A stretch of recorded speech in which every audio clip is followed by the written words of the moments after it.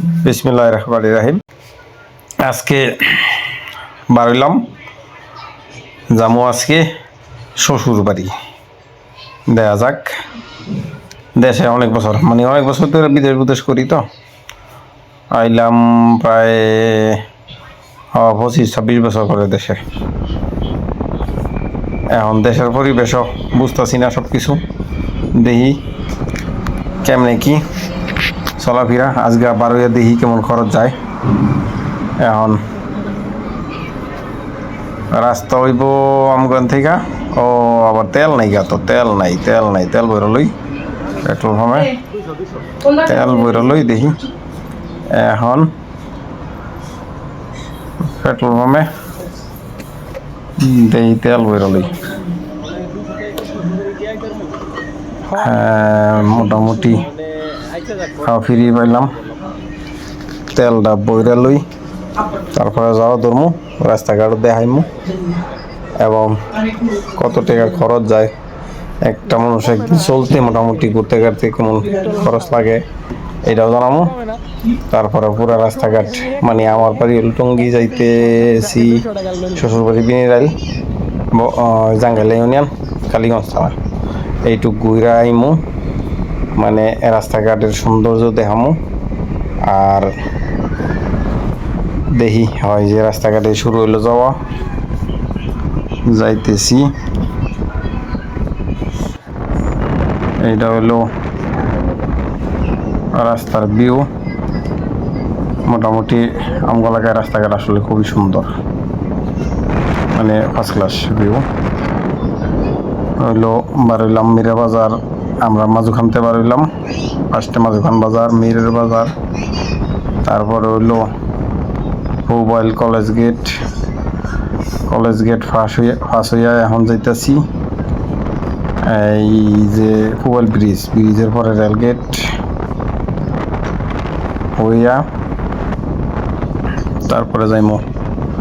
এটা হলো রেলগেট এর আগে, ব্রিজের আগে মোবাইল। এইদিকে তার সুন্দর, কিন্তু রাস্তা কিন্তু সুন্দর আছে। ওই যে ওইদিকে বেলাই, এই যে মোবাইলতে ধরা এদিকে শুরু হইলো। এই রাস্তা দিয়া যামো এখন বক্তারপুরিয়া। এটা হলো মোবাইল রেলগেট। এইটা রেলগেট বন্ধ হয়ে গেছে একটু লেগা, রেলগাড়িটা যাইতে সে দাঁড়াইলাম। যাক, তারপরে দড়িপাড়া, কামারপাড়া, এই দড়িপাড়া এগুলো হইয়া মিশন হইয়া কাপাইশা রোড দিয়া বামে, কাপাইশা রোড গিয়া উত্তরে যাবো। আমরা কালীগঞ্জে যাবো না, উত্তর দিকে বক্তারপুর। আমরা বক্তারপুর ইউনিয়নে, কালীগঞ্জের বক্তারপুর ইউনিয়নে আমগোবাড়ি এসে মাঝুখান, বক্তারপুর ইউনিয়ন মাঝুখান গ্রাম। আর আমি যাবো এখন শ্বশুর বাড়ি জাঙ্গাইলা ইউনিয়ন বিনিরাইল। এই জায়গা ঘুরা বেড়া টেরা আইতে কতক্ষণ সময় লাগে, সময় বেশি লাগে নাই। রোডঘাটও ফিরি আসছিল আজকে, মোটামুটি অনেকটাই জাম ছিলই না। নির্বাচন গেল তো, নির্বাচনের পরের দিন আজকে, তাই মোটামুটি রাস্তাঘাটে দেখলাম যে না তেমন গাড়ি ঘোড়া খুব একটা বেশি নাইকা। তো মোটামুটি এটা হইলো আমগো বক্তারপুর। এই যে ইয়াতে ঢুকে গেছি গা, এটা হইলো বক্তারপুর। এই যে খৈকারার আগে রাস্তাটা খুব সুন্দর, এই যে গাছগুলা, বড় বড় গাছগুলো, এই রাস্তা খুব ভিউটা খুব সুন্দর। তো যাইতেছি এই বক্তারপুর দুর্বাটির পরে এটা আর কি।